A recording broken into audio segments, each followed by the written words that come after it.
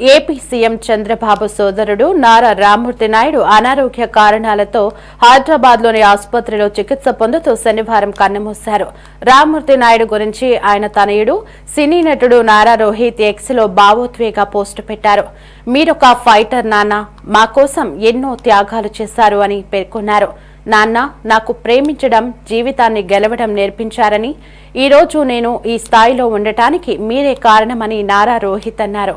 ప్రజలను ప్రేమించడంతో పాటు మంచి కోసం పోరాడాలని చెప్పారన్నారు. నాన్న, మీతో జీవితాంతం మర్చిపోలేని ఎన్నో జ్ఞాపకాలు మాకున్నాయి. నాకు ఏం చెప్పాలో తోచడం లేదు. బాయ్ నాన్న అని నారా రోహిత్ పేర్కొన్నారు.